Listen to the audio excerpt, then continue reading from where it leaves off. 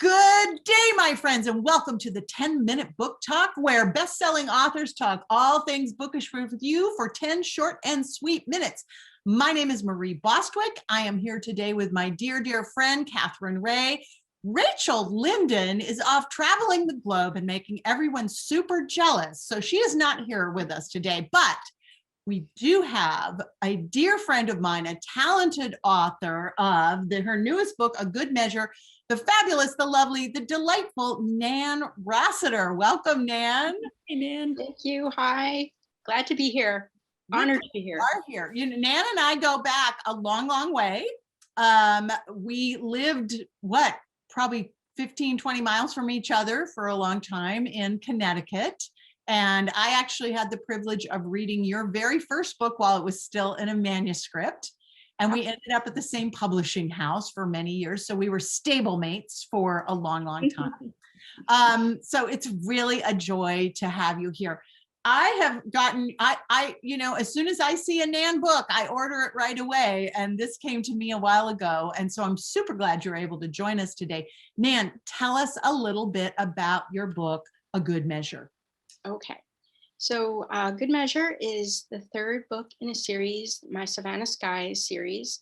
It's set in, the series is set in mainly Savannah, Georgia, but this also has a lot of scenes in Tennessee near Knoxville. And so as the third in a series, I was building on the first two characters, but it can definitely be read alone. And one of the characters in the last book was Libby, and she was newly widowed. And so the story was initially inspired by a group of ladies I know who get together every Thursday night, and they're all widows, and they drink wine, support each other, and they have dinner, and they call themselves the Guild. And I used to they'd invite me over to talk about being an author once in a while and drink wine with them. And I used to tease them and say that I was going to put them in a book someday.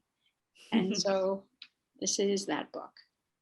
When I initially proposed the idea to my agent, she thought it was wonderful, but she also suggested that I draw in character Libby's son, Chase, and make him give him a more prominent role in the book. And so that is how Chase came to be in the book too. And of course, Chase is gay and he has a significant other, but he, as in a lot of families, he worries about what his mom really thinks, how she really feels. And then Liam is very worried about how his parents feel. Mm-hmm. So Libby and her friends, they support each other. They've grown up together. They've been through all kinds of things together. Two of her friends are widows. Libby is still grieving. She's reluctant to stop by the Guild where they meet. She's just still kind of a homebody. And she has her granddaughter who spends a lot of time with her now that her husband has died. And she comes over and spends every Saturday night with her. And she's 10, Ellie's 10. She very knowledgeable about nature, and she is just a kindred spirit with her grandmother. They have tea together all the time. And Ellie is very open-minded, and she kind of opens up her grandmother's mind to, she thinks her Uncle Chase is the greatest, and she has no problem expressing that to her grandmother, to anybody who wants to hear it. And she's just, she was one of my favorite characters in the book. She really is special. I mean, and I don't want to give things away too. And I've got some other questions we've got for you. Yeah. But yeah, she, like from the mouths of babes sometimes, right? She's got a really beautiful wisdom, and she's an important kind of go-between in the family. So what I love, the thing I'm loving about your writing always, and I love about your books, is just the family dynamics feel very, very real. These are good-hearted people. by and large, you write about, people with good intentions, but of course, all of us have our flaws and our blind spots. And so that's very much playing out here. But I got to ask you a thing that's, this is, as you said, and by the way, for those of you who are asking, it really will read as a standalone, even though, yes, it's the third in a series. Don't worry, if you want to pick this up first, it will be fine. You're not going to feel lost at all. So it will be fine. But you live in Connecticut. The book is set in mostly Tybee Island, Georgia, and also Eastern Tennessee, which is, someplace I've driven through many times. I've always thought it's really beautiful. Like, why there, this girl from Connecticut? How did you end up there? Well, when I left my last publisher, my agent suggested that I write a completely different kind of book, and also to change my setting, because I was like, well, I'll just move to Maine. And she's like, no, you have to move out of New England. So my book, I changed the kind of book I was writing, but also my setting, and I moved it to Savannah, Georgia, because I had always wanted to go there, and this gave me a reason to go there. And it was a lot of fun. Got to go. We had a great time, and some research, Yeah, sure. Yeah, A lot of books have been written because it was somewhere the writer wanted. Research. That's a totally legit thing. Anyway, Katherine, I know you had a question. I do, because I actually want to return to, this wonderful family story. And what struck me is you are speaking into conversations I feel that families are having possibly more now than ever, these kind of dynamics between generations and cultural shifts and what's going on. And I love how Ellie speaks into that. But what do you, with this story, want to sort of input into those conversations as your readers think about them?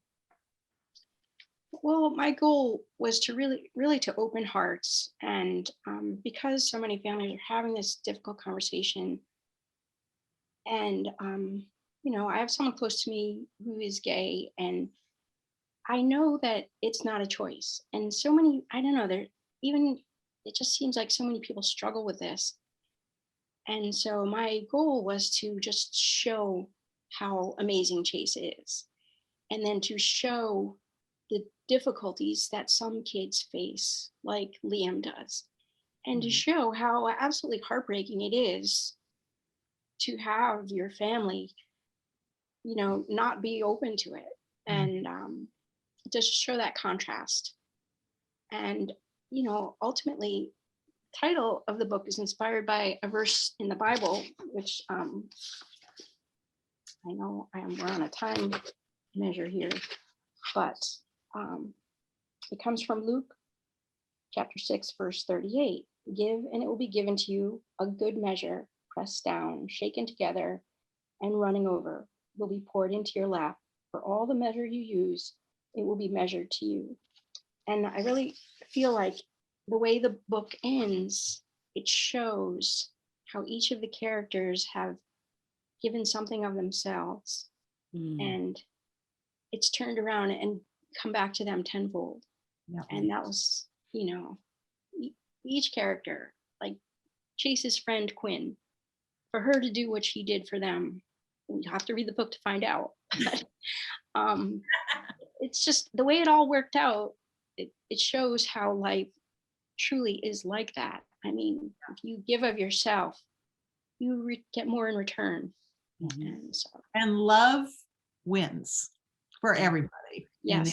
So, and I love that. I love, one of the things I love about you as a writer, Nan, is you always leave us in a hopeful place. And I think that's so intentional on your part. And I think that's something we need. So go and get A Good Measure by Nan Rossiter. You'll enjoy it. Nan, we always ask one last question on the 10-minute book talk of every. It's the most important. The very important question. Nan Rossiter, what is making you happy today?